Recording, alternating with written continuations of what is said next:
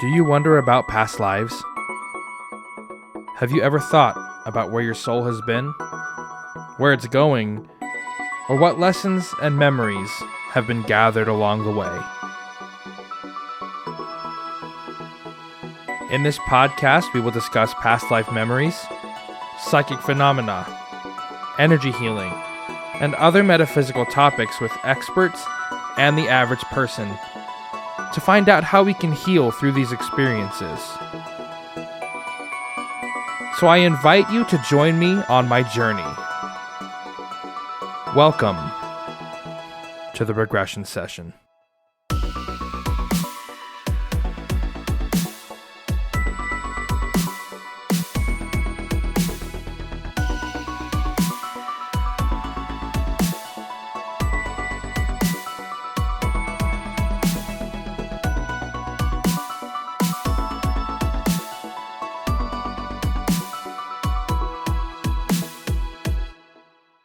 I am needy.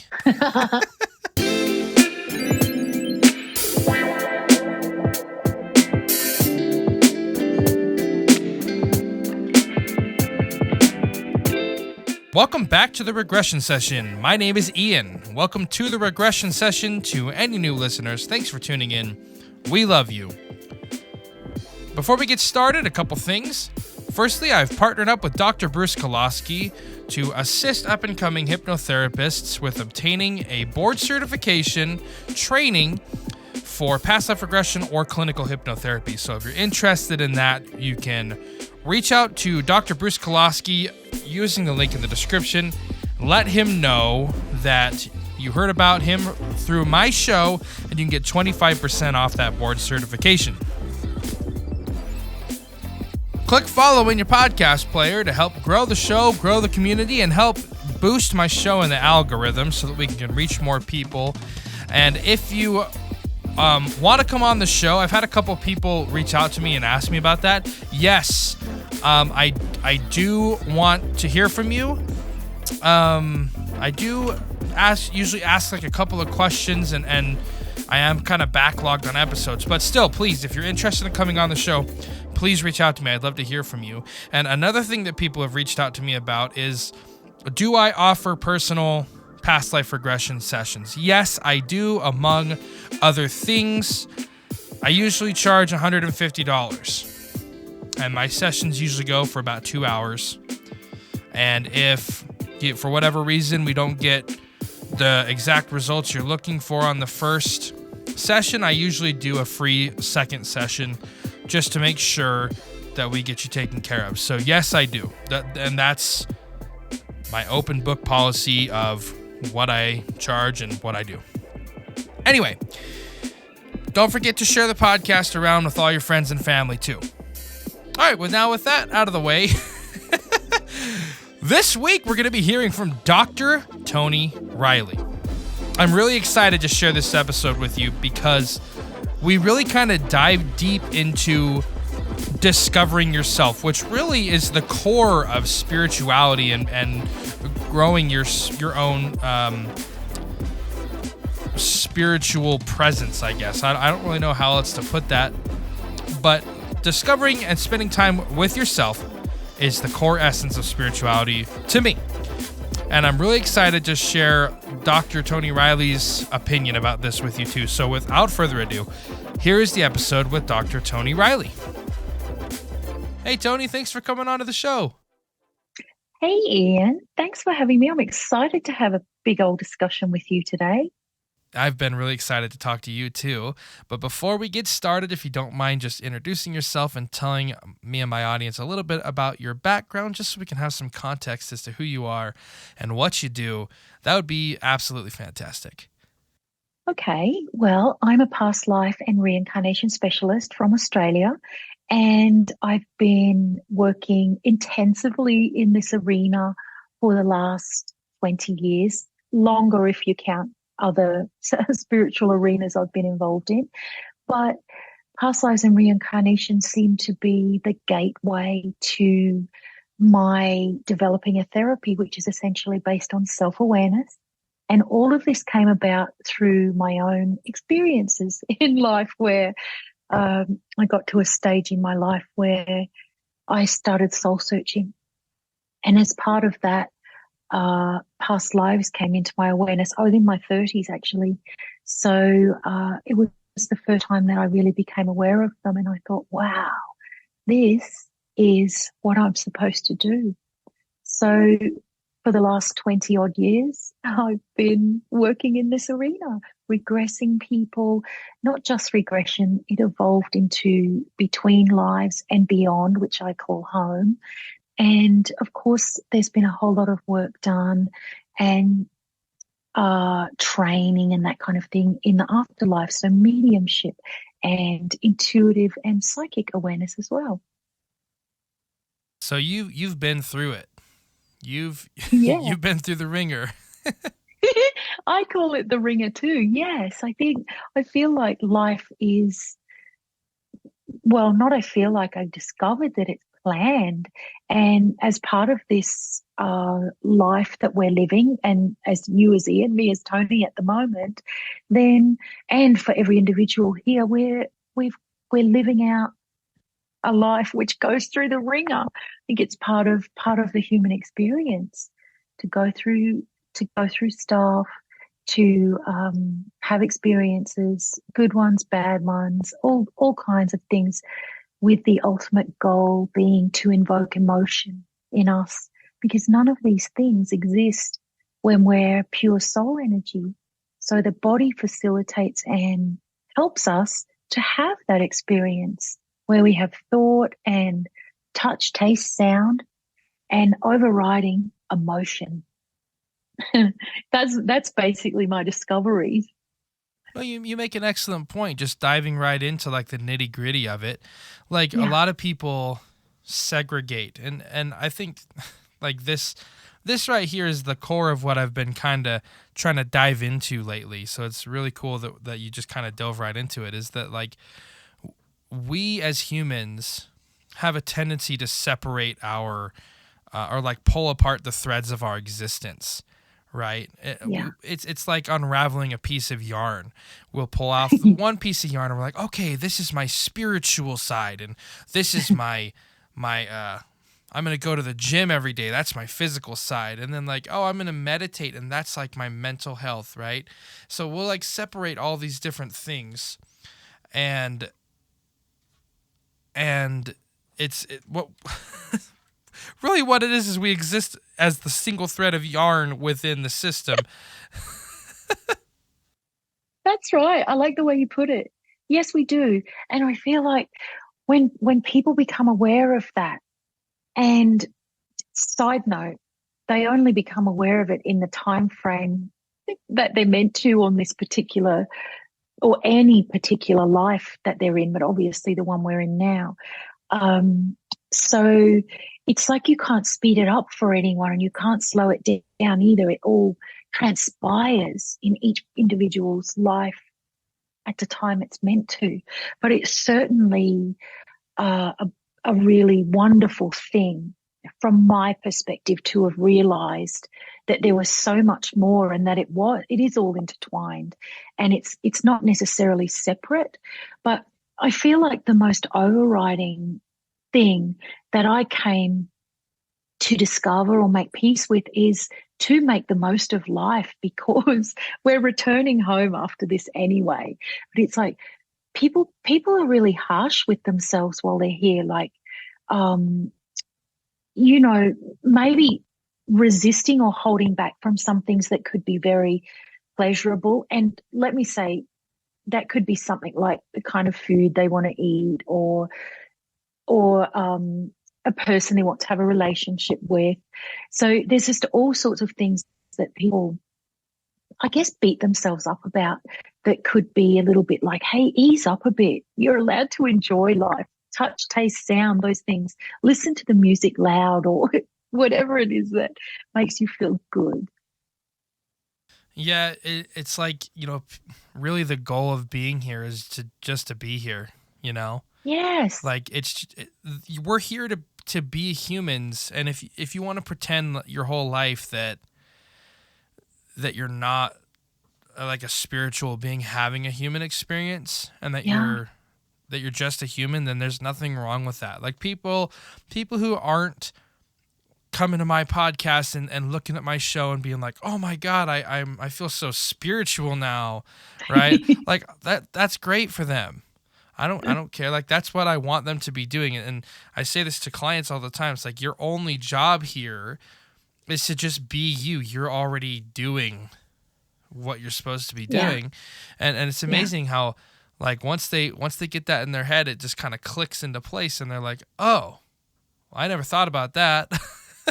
Yes. Like all these expectations that are like self-imposed and then imposed on us by society and our families. Like none of that matters. Like as long as you're just doing you and you're not hurting someone else, yes, you're good.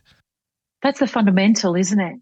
Do you? And I think that a lot of people don't understand what it means to just do you, or that concept of just be. It's like I'm thinking to myself, I used to think, what the hell is that? Just be, or trust. All of those things were like, what does it mean though? And it almost doesn't mean anything until it kind of transpires or comes to you by natural attrition. But boy, it's good when it happens. But I think realizing that you can just be yourself, and life is just a whole lot more content when you're not, as you say, you're not having great expectations of others and you're not living up to other people's great expectations of you. Somewhere in a comfort zone there is, I think, the equilibrium of being. Yeah, and I would like to touch on this a little bit more too, is like people don't really know what it means.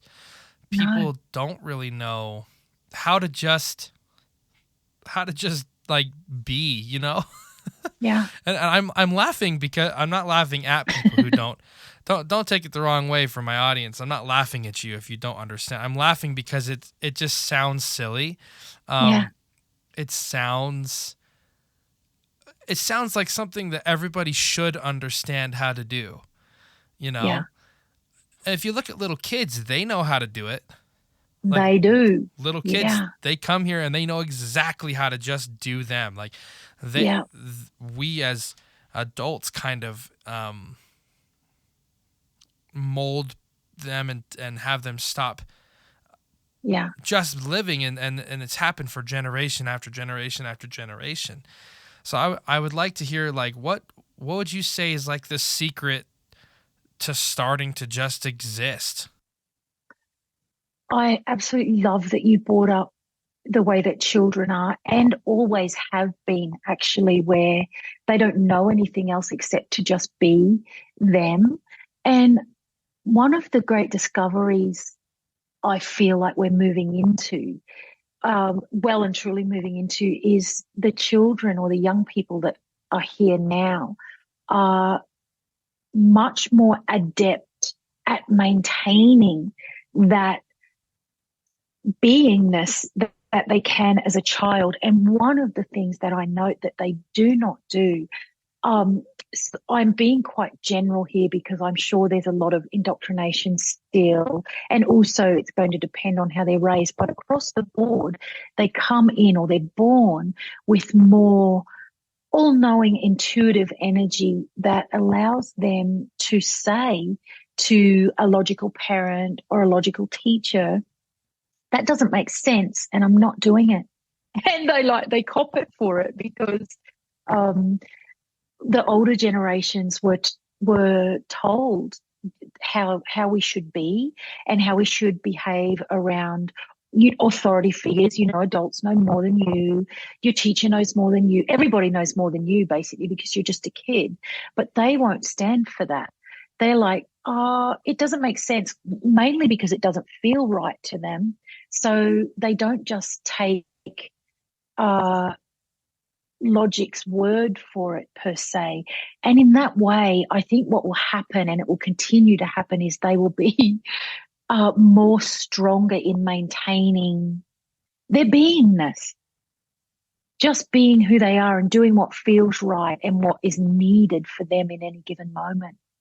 Of course, what happens as they grow into teenagers and into adults, it almost becomes the new way of being. So it changes a big cycle of humanity, really. Yeah, I agree with you. And then like it's a self-improving wheel kind of where like Yeah, they'll teach their kids to just be them. You know, exactly. it it's hard though. Like It's as a hard. parent, It's hard. as a parent, like it's really hard to break out of that.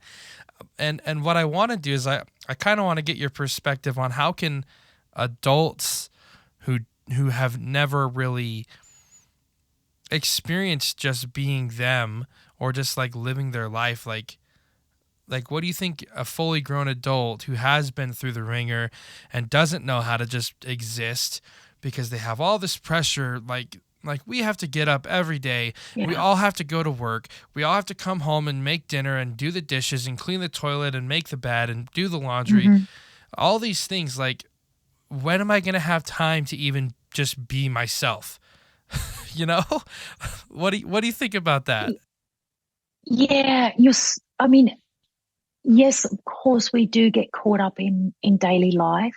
Survival, it is really in Western culture, isn't it? You need money, so you have to work, Yeah. all of this. But I think the most simple way to start to be is to research yourself.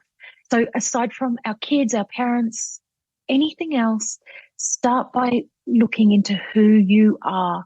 And this is in human terms. So it's things like whether you use astrology or numerology or human design, and I'm sure there's many other things. Even personality tests will all come back and give people an insight into themselves. And when we say who you really are, what we're looking at on that baseline fundamental level is your character, your traits. And those things define what you're naturally good at, what comes easy to you, and what's going to be a challenge for you.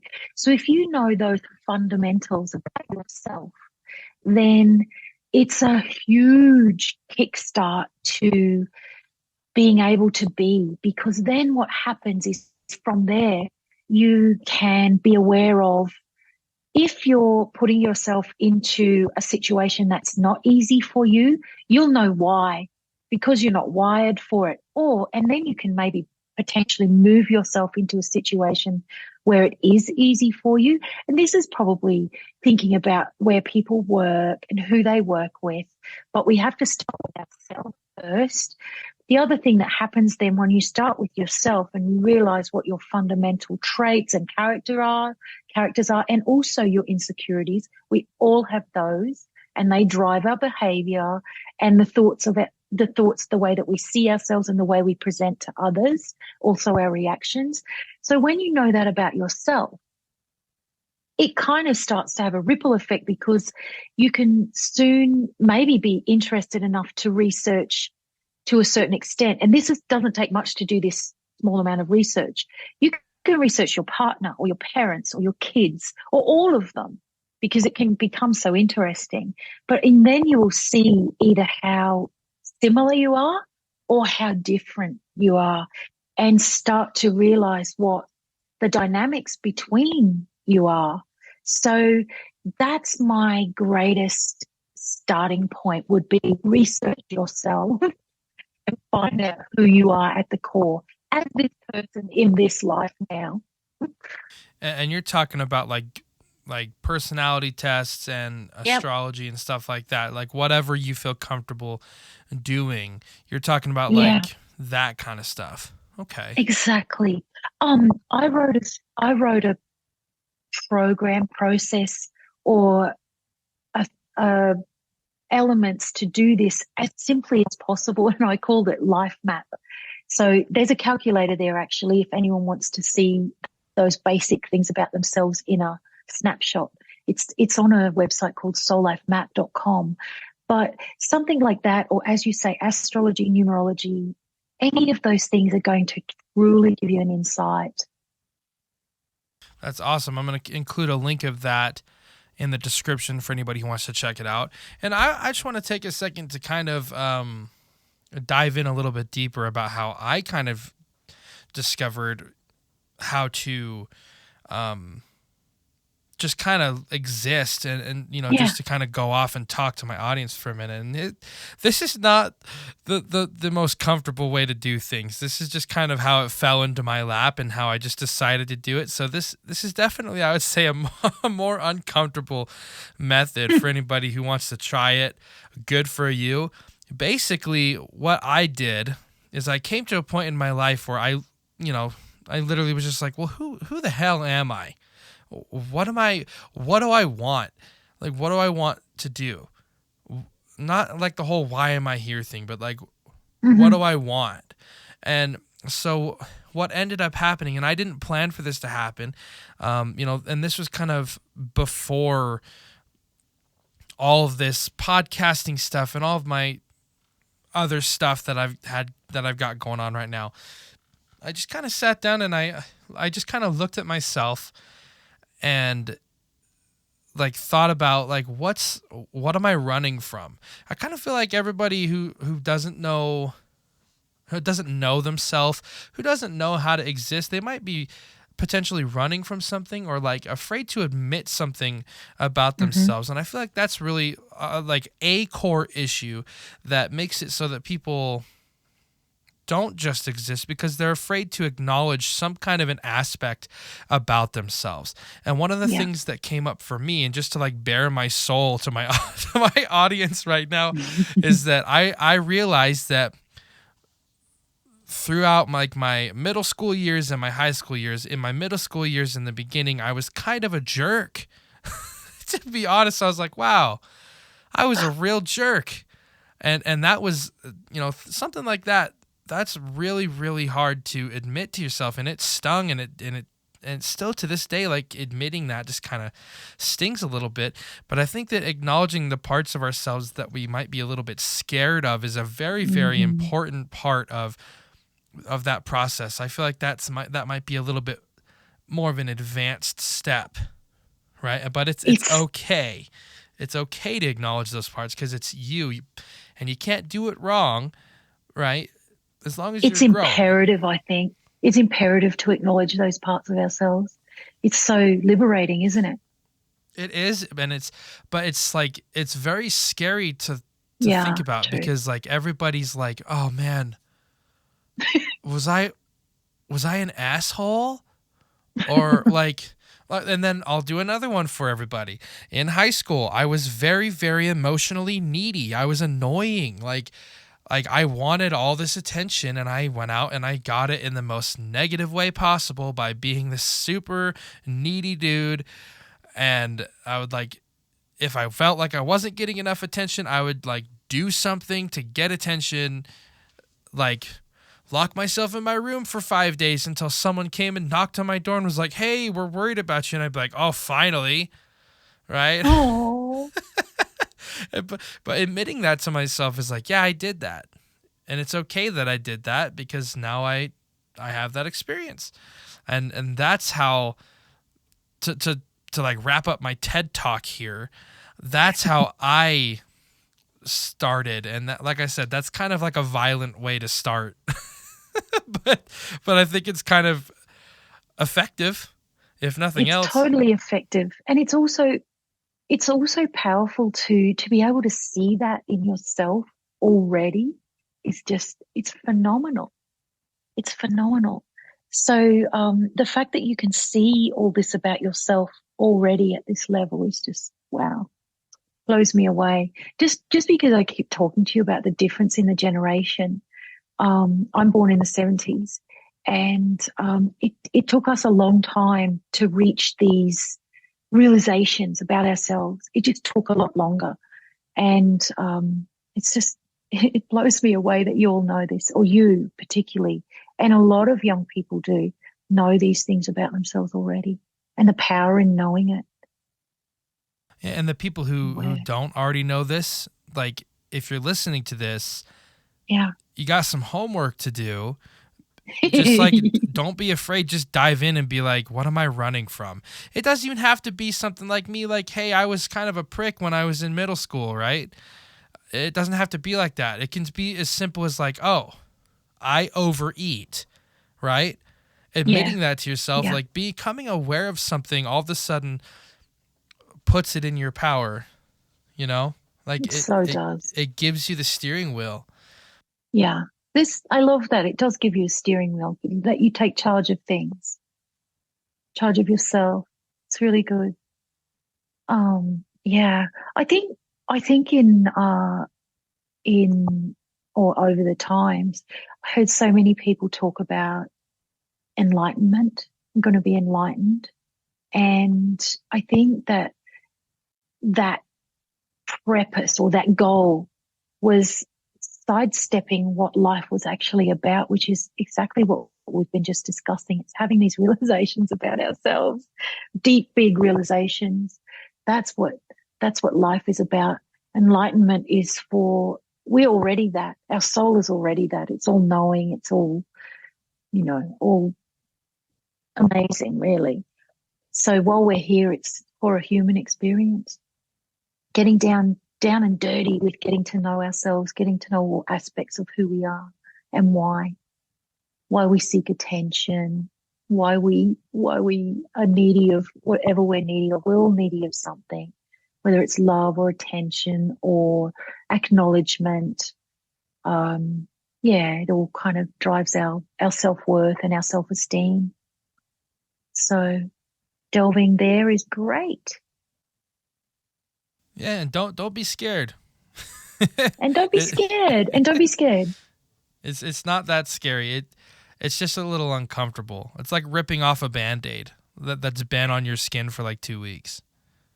And it's like, it is like ripping off a band-aid, and there's no turning back once you've done it either. But I think maybe to assure everyone that once it's done, what happens is you are so much wiser for it. So it's worth it. Oh yeah, the growth, like the amount of personal growth that I experienced once I was able to like look at myself and acknowledge my flaws first, Yeah. that was the first thing I looked at. And I want to add a caveat to this in a minute. But like when Yeah. I first did this and I was like, okay, I'm going to acknowledge some of my flaws. The amount of personal growth that I experienced was just exponential. Um, Yeah. Now to add the caveat, this does not have to only be about flaws, right? It's okay to acknowledge the good things about yourself too. It's like, I personally, I'll do one for myself. I was kind of an a-hole for a while, and I was needy for a while, but I also am like a very fiercely loyal friend. And it's Yes. okay to acknowledge the good things about yourself too. And I think people are afraid to do both of those things, and they just kind of get stuck at digging into their rut, living life on repeat every day Yeah. without doing any real personal growth. And it's okay to acknowledge both sides of the coin, good and I don't want to say bad, but like flaws. Everybody has flaws. It's so right what you've said. And I think something I discovered with flaws is, yes, we all have them, but sometimes our perception of what's a flaw, it's not always a flaw if you can look at it, because there'll always be two sides even to a flaw. For example, if I look at something like, let's look at confidence or procrastination or self-doubt. Actually, self-doubt and confidence drive those things.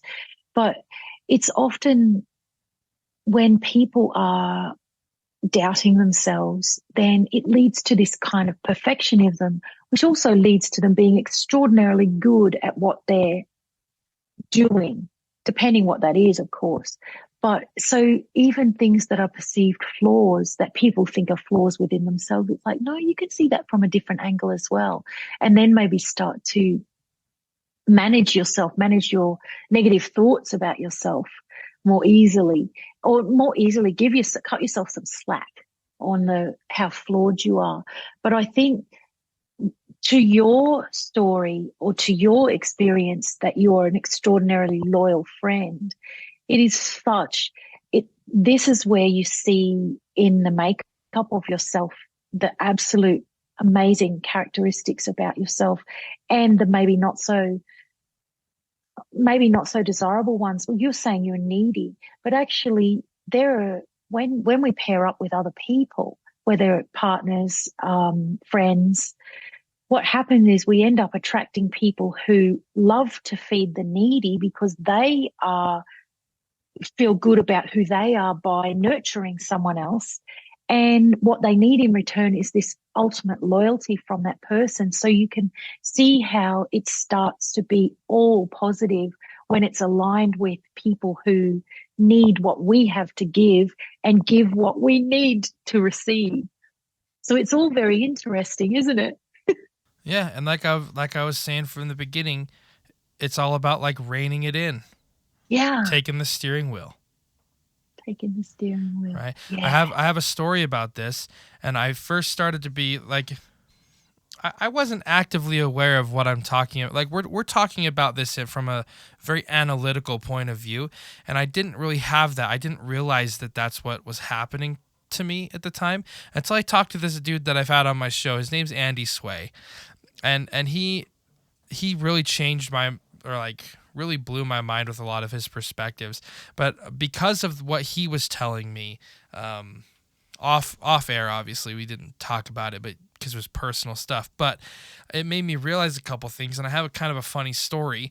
So in Mormonism, because I grew up Mormon, Yeah. they don't like to curse or to swear, right? And so I worked at this place, and there was this Mormon lady who said a swear word in front of me.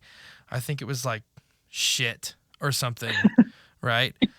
And she's like, oh my heck, oh my goodness, I can't believe I said that. I'm so sorry. I teach the little kids in church, and I really try not to swear. And I told my husband that I would stop swearing, and I was just like, hey, you know how you can stop swearing, right? And she's like, no, how? And I said, well, you got to do it on purpose. You got to say a swear word on purpose, because as soon as you do that, it turns from, oh no, I said shit, to, okay, I'm going to say shit now. Right? Yeah. And it's the same kind of a thing as like what we've been talking about, is like, as soon as Yeah. you're like, I am needy, who can I Yep. find that will give me the attention that I want? Yeah. Yep. Puts It's it right perfect. in the steering wheel. It does. I love the swearing. I love the swearing story because Yeah, feel you free just to give yourself reuse. permission. Yeah. Give yourself permission, and nothing like that, which is really not hurting anyone, is bad anymore. It's like, oh well, I swear. And it's like, well, if anyone questions you, say, but I feel like it matters, or I enjoy it. You just got to own it. Own it. Right? Just do it. Yeah. Or just Yeah. let yourself do it. And Yeah. you can give yourself permission to do a lot of things. Exactly. Yeah, I Yeah. like that a lot. You know, one thing that you had mentioned to me that you wanted to talk about, just to kind of segue into Yeah. this, and this has kind of been the whole theme of this episode anyway, is like the evolution.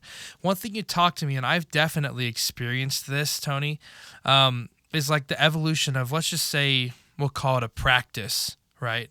Yeah. The practice of like, I don't know what you necessarily refer to it as. I call it spiritual hypnosis personally. Okay. But like that kind of a practice of like past life regression, and we'll just say like Reiki and psychic mediumship and all this other like spiritual healing, all that whole process, even from two or 3 years ago when I first started doing this, Mhm. it's completely changed from Yeah. just a couple of years ago. And I know that you wanted to touch on that, so I would love to hear your perspective, and I know my audience would love to hear from you as well about the Ooh. evolution of the practice. Yeah. I think you summarized everything into I don't know, maybe we could call it something like energy medicine, because ultimately it's all these or spiritual concepts and spiritual modalities are, it's really, we're working with energy. We're working with our soul energy, really. But within my practice or my therapeutic practice, it started out for me as past life regression. Well, actually, before the past life therapy, I started with psychic readings, actually, and I got really involved in mediumship as well. So, and I learned what those things meant. And they were really just this heightened intuition. And once you know that everybody has it, it's not some woo-woo, weird, scary, witchy thing. It's just part of who we are as a person. And it's one of the senses or one of the variations of senses that we have access to. So there's that. So it's normal. I don't know what else to say except that it's normal and we all have it or have the ability. But I think as far as the past life therapy goes, when I first started with past lives, doing past life regression, it started there. And what happened was there were times where there would be a run of extraordinarily revealing or healing, more so past life regression sessions. And it might go for, past life probably went for a couple of years for me, actually. And then it started to switch where I would have people coming along and they would go into their current life and they would start recalling current life memories. And it was like I became quickly aware that if our shit or our problem or our thing that needs to be dealt with right now is in the current life, then with the regression process, they'll go into the current life and it's dealt with there. So there's that. I think we did talk about this together, saying that a lot of people like to think that their problem or the issue is from a past life. And don't get me wrong, a lot of stuff does carry over, but we are all here doing things from this life as well. So there will be a lot of key growth, if not our most important growth, from delving into current life. So there's no escaping that there has to be work done in current life. Grounding, as you call it, grounding, like being a person and working through the things that affect us now in current life that are from now. Yeah, well, the thing to me is like, I'll use an example. I'm gonna have this person that I did this session with actually come on my podcast and talk about it, because it was so cool, it was so powerful. Like one of the things that I've made the change of is like before I usually even will do a past life hypnosis anymore, I just kind of frame it like, hey, so are you struggling with like any anxiety or any stress or depression or feelings of not being good enough or yada, yada, yada. And they'll be like, yeah. I'm like, okay, well, we're just going to address that real quick and then we can do past life stuff if necessary. So it's like, if it's necessary, we'll do past life stuff. Yeah. But I found that like most of the time, unless someone specifically is like, nope, I just want to do a past life hypnosis and look at my past lives and explore, I'm feeling good. Most of the time, if we end up going to a past life at all, it's way more powerful and it's way more healing, and like the connections come up way more clearly. People go into the past life more quickly if they can handle their baggage from this life, because everybody has some kind of a baggage. Everybody has some kind of trauma that they can deal with or that they need to deal with. And that's kind of the opposite of what I was doing before. Is I would be like, okay, we're going to go into this past life and then maybe the trauma will come up, but not anymore. right? To me, it's, and this might sound a little harsh, but that's okay.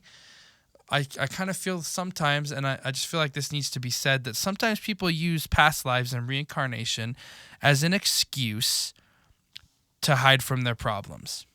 Yeah.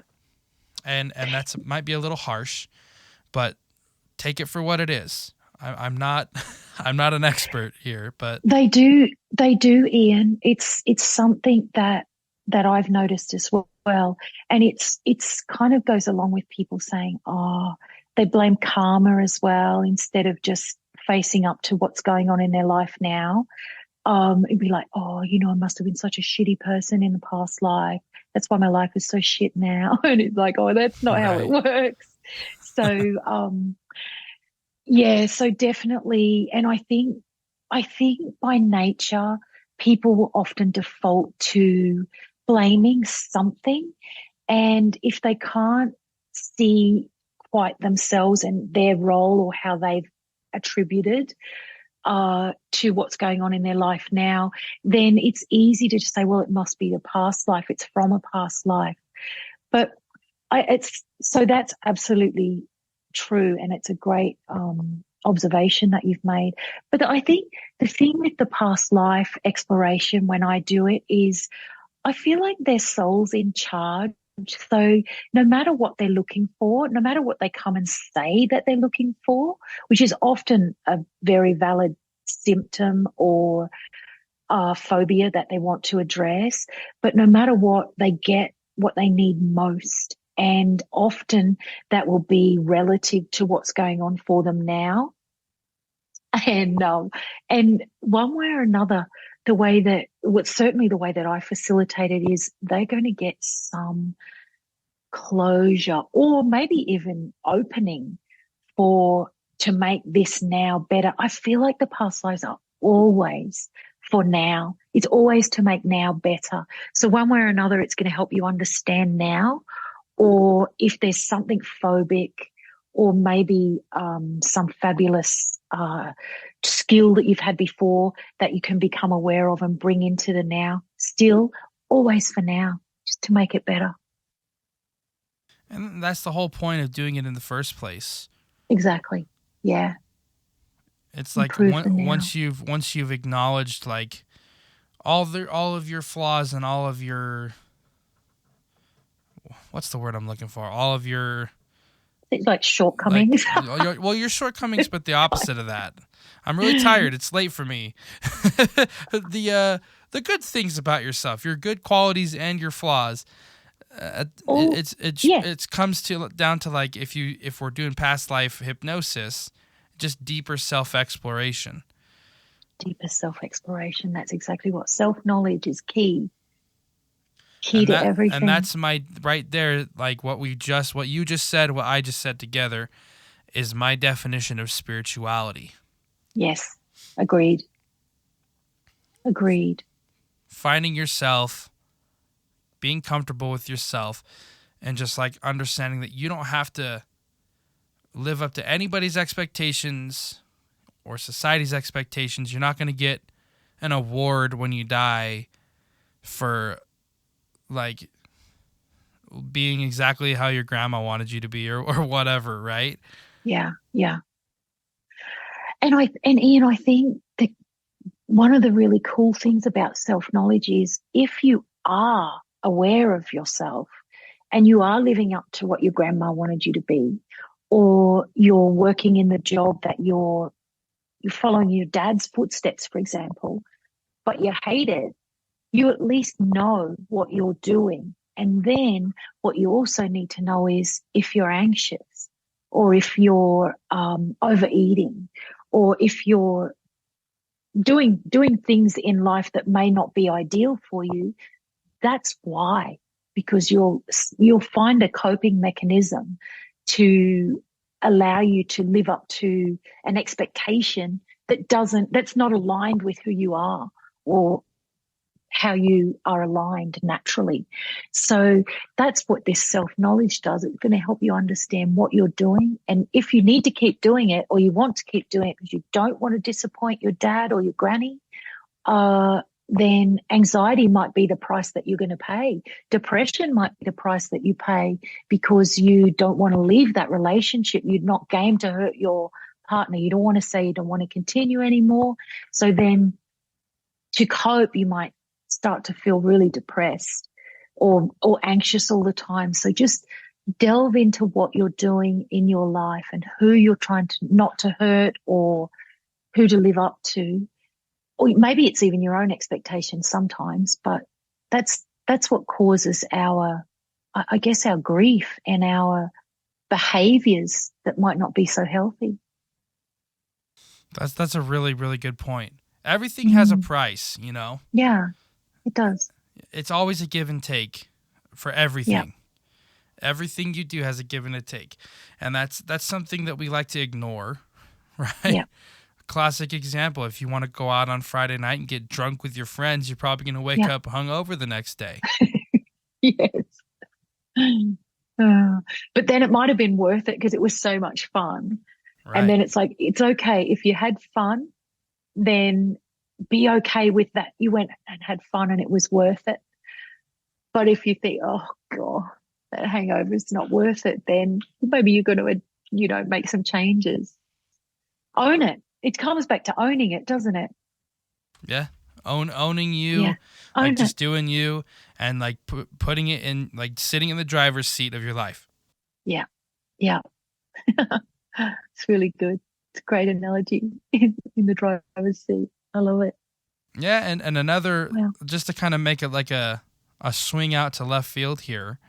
Like last time we talked, you had talked to me about numerology as a tool to kind of understand yourself. And you mentioned that in this episode too. But I would love to hear about numerology as a like a practice. And I'm sure that because I haven't talked about that on my show before, and I think that it would be a very interesting tool for anybody who hasn't heard about it or has maybe been like sitting on the fence to hear somebody who knows what they're talking about. Okay. Well, I'd love to talk a little bit about numerology. So I call mine life map, but it's based totally on numerology. But so basically, to know what your life mission is or life path, as it's traditionally known, what you do is you add up your birth date. So you add every digit in your birth date and you'll come up with a number. And you need to add the number down till it's between 1 and 9, or there's 3 others that are called super wonder numbers. They're 11, 22, and 33. But essentially, you add up your birthday and you'll come up with a number, and then it's a bit like a star sign in astrology. You'll come up with what that adds up to and what it means. Now, Ian, if I can use you for an example, we did yours when we were talking recently, and you add up to number 1, which is in Life Map, we call you the leader. And the leader, it's actually beautiful because I can bring in what you said about yourself before, and that was that you are the most loyal friend. A leader energy is completely loyal. It's probably one of its biggest positive things or traits. And also with a leader, they are people who can talk to anybody.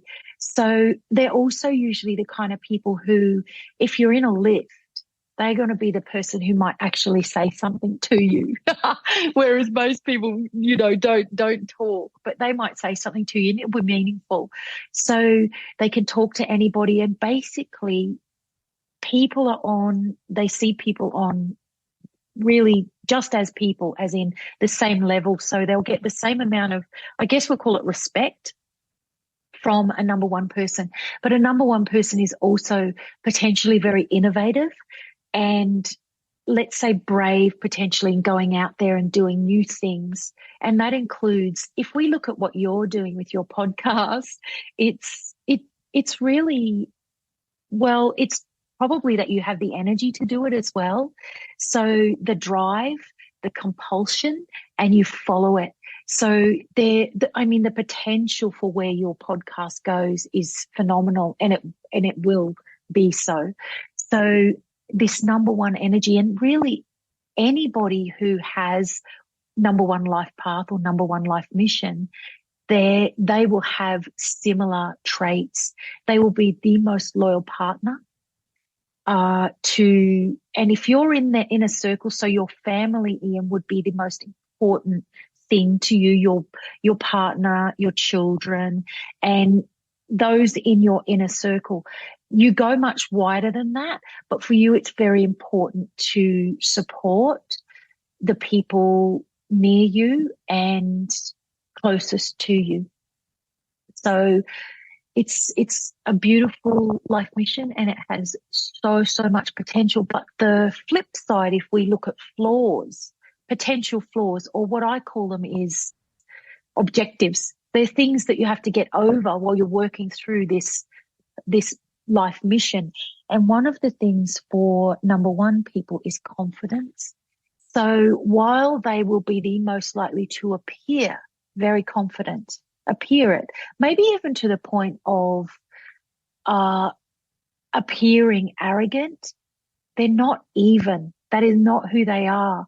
So it might be a facade that they've put up to cover up somewhere that there's a lack of confidence that they personally might feel. So this is something that's really interesting that we do, is cover up these insecurities that we have, whether it's confidence or self-doubt, or there's many other that all the different numbers are, I'm going to say battle, because it's part of the life mission too. So that's a number one, but that's how you find out your life mission or purpose in life will be a derivative of knowing that life mission. So you can be a 1, 2, 3, 4, 5, 6, 7, 8, or a 9, or you can be an 11, 22, or a 33. Each of these missions has its own literal mission, and it has its own insecurities that go with it, and just amazing traits and characteristics also that go with it. So to know those things about yourself is how you can make such a magical foundation for yourself to work through your life, and to also understand those around you, your siblings, your own children if you have them, and even classmates or colleagues. It really helps to know who's who and who's good at what, who is challenged by what, because if you can imagine, they're not all going to be complementary of each other, but there are certain life missions that really complement each other. And you'll see it in people who are close friends, for example, or in relationships that really get along well, that there is unison in some, and there for other relationships. It doesn't matter if it's a love relationship or a parental relationship, whichever relationship, there might be just a total mismatch of fundamental characteristics and missions in life. And what it ultimately means is nobody's wrong. Nobody's right or wrong. It's just that we're doing what we're doing here. And to be honest, we almost all, until we realize we're not, we all think we're right because we see life through our lens. So as in your case, in the lens of a leader, there can be, before you become self-aware, you can assume that everyone's the same as you, or why aren't they? But they're not. And for me, for example, I'm a life mission 5. I'm called the communicator. And once you realize that, in my case, I need freedom, but there are other missions that need structure to excel or to feel safe. In my case, to feel that, or in a 5 life mission, they more likely need some freedom, which ultimately does come from a kind of structure anyway. But it's knowing these things about yourself, knowing your life mission. It's just a phenomenal thing to base yourself off and know who you are, what works for you, who works with you, who doesn't. And then what it does also, it makes you so much more tolerant of everybody, because you can even be it becomes second nature to recognize what people are like if you just learn the very basics. And you could literally, you might not say it out loud, but if you're well versed with your friend or whoever you're with at the time, you might be like, oh, they're a number 6, or whichever they are. If you can see that they're doing something or behaving in a way that's very representative of their life mission, then it just makes you totally tolerant of them instead of taking things personally, really. That's very, very fantastically interesting to me, because you just kind of bared my soul when you were talking about like the self-confidence issues. I actually do struggle with that to this day, even with my podcast. Actually, especially with that. And yeah, it was I was like, wow, I feel very called out right now. Oh, but Ian, do you know what? The most beautiful thing is you recognize it. So you own it. That's the brilliant thing. You own it. And what I can say, and what everyone else all your listeners will recognize, is that we would never pick it. You would never pick it. And that's the paradox of knowing who you are. It's also why, as a leader, why you produce such an amazing podcast, shall we say. It's because there's that lack of confidence. So you're pushing yourself. It's an internal thing that's happening. No one can change it. It's something that you manage and work to, your own radar there.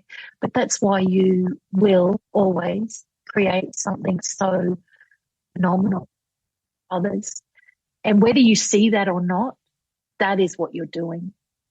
Creating something really You're gonna phenomenal. make me blush. You're gonna make my heart explode out Blush of my away. chest. Wow. So like, you have your soul life map, your soullifemap.com. That's your site, right? Yes, and there's a calculator on there, so you can go put your birth date in, and it will give you for free a little basic rundown on your really positive traits, your maybe not so positive traits, and also a little outline on what your mission is here this time. So yeah, you can get that at soullifemap.com. Yeah, I just went there. It has Did you? It has your beautiful face on it, and wow, that's really cool. And it just generates.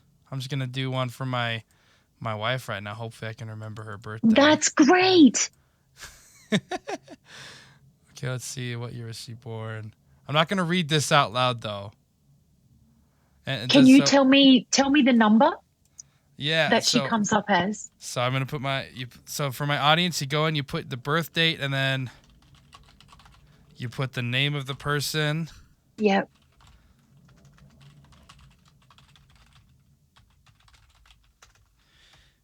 And then it sends you an email.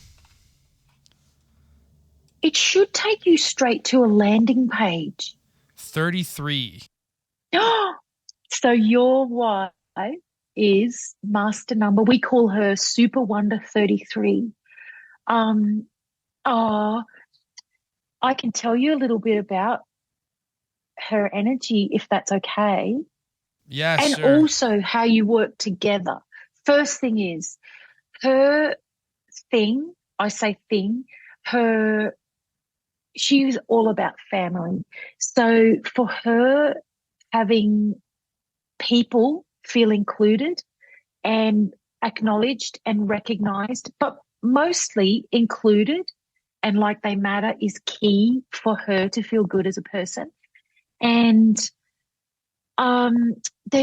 it's quite a life mission actually, and it's getting rarer where one thing that she would be very good at is calling people out. And I say that in a way that there'll be something that's very important to her that is presented right, for the good of community or for the good of humanity even. So whether she is aware of what that is now, it will be something that is part of her persona. To it might be she's sticking up for the underdog, but certainly calling out any, I don't know, let's say bullying, for example, or if there's anything wrong in a system that is allowing that to happen when it's not right, then she'll go do whatever it takes to change that. But for you two together, I could tell you so much more. Self-doubt is a thing that is a challenge, and it also produces the most extraordinary results from what she does when she does it, but it also can stop her from doing things. But she would be extraordinarily intuitive and very much about making things as best as possible for her kids and her partner, which is you. Now, together, I'm totally jumping now, together, your energy is about being a teacher. So this teacher energy is not about teaching as in being a school teacher. It's about, in life, the two of you will have experiences and learn things, and then be able to talk together about it in a way that it makes you grow, exponentially grow as a person. And not only can you talk together about life and things that have happened, things you've experienced, how you felt about these things that happened or that have gone down between the two of you, you are also then able to speak to other people who will learn from your experiences. So together, we call you teachers, and that is power. Also together, one of the things that is, it can be a challenge or it can be an absolute blessing, and maybe a bit of both. But the other thing that you're here doing together is being your true selves. So one way or another, it might be that you're helping each other understand themselves better, or you easily can see each other for who they really are, and you remind each other so you can boost each other. But one way or another, together, you are here to be your true selves, which is ultimately what we call freedom. So that's a tiny little insight into both of you, or you together, and her as a beautiful. Oh, can I say one other thing about people on the 33 life mission? They're always elegant and or graceful. And they just have this way about them, the way they hold themselves, maybe the way they dress. And you know what? They can be in a daggy old T-shirt or their jammies, and they will still look elegant somehow. It's just, you may know this, I'm sure you do, about your wife, but for your listeners, if you come to find out that you're a 33, or you recognize that in someone around you, there's just this grace and elegance about them. It's fabulous. They don't see it though, but they have it.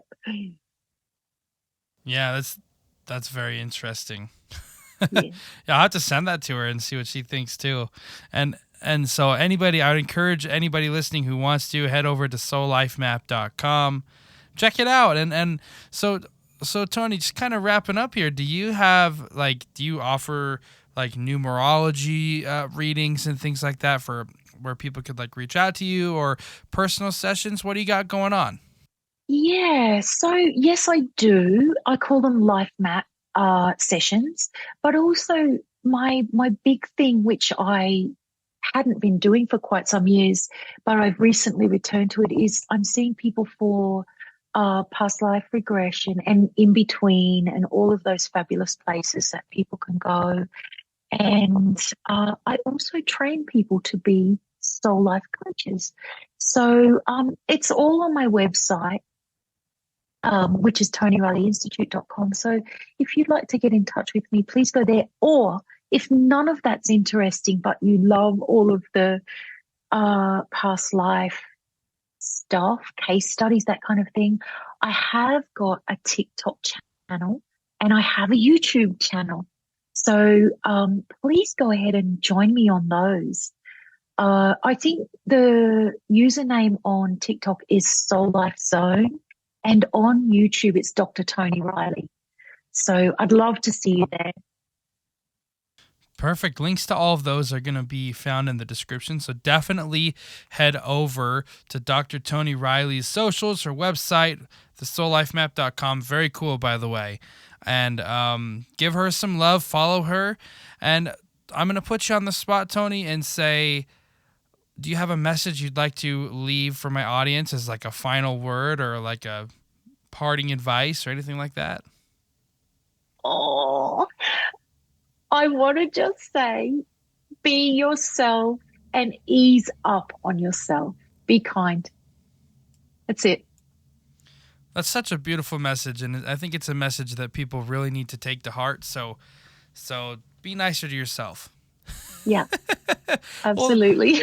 Well, Toni, thanks so much for coming on to my show and having a really good discussion with me. I think we really got into some nitty-gritty stuff, and I think that people are really gonna have some homework to do if they haven't already started this process. So thank you for coming on. Thanks, Ian. It's been a pleasure. That's it for today's episode. I would like to thank Toni for coming on to the show, and I would also like to thank you for tuning in. Don't forget to reach out to Dr. Bruce Koloski if you're interested in that board certification. Don't forget to share the podcast with everybody that you know in the entire world. If you're interested in reaching out to me to talk about booking a personal session and or coming onto my podcast, shoot me an email. My email is theregressionsession@gmail.com, and I would love to have you on the show or give you a session.